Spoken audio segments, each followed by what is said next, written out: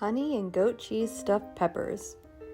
Take one 16-ounce bag of sweet mini peppers, remove the stems, slice in half lengthwise, and remove the seeds and pith.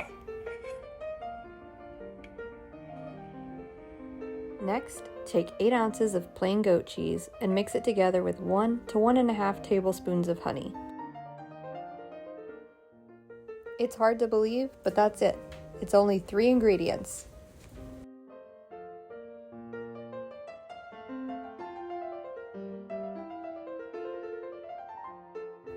Now, fill each of the pepper halves with the cheese mixture and bake at 375 for 20 to 25 minutes. Such an elegant and irresistible appetizer, or late night snack. Like and follow for more. Bye, y'all.